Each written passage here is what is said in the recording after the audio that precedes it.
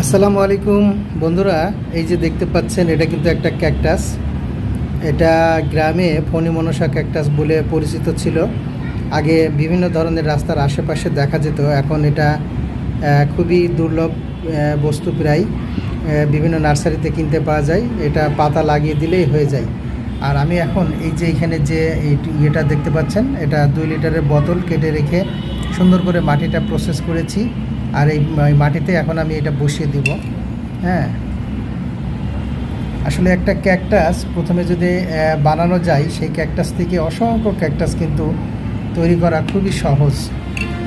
তাই আপনারা দেখুন কিভাবে এই যে গোড়ার যে অংশটা, এই অংশটা এখানে সুন্দর মতো বসিয়ে দিতে হবে। এই যে বসিয়ে দিয়ে একটু মাটিটা দিয়ে সামান্য একটু চাপ দিয়ে দিতে হবে। আর এখানে মাটিটা যেহেতু ভিজা ভিজা আছে, পানি দেওয়া লাগবে না। এইভাবে রাখলে গাছটা হয়ে যাবে। তো সবাই ভালো থাকবেন। আল্লাহ হাফেজ।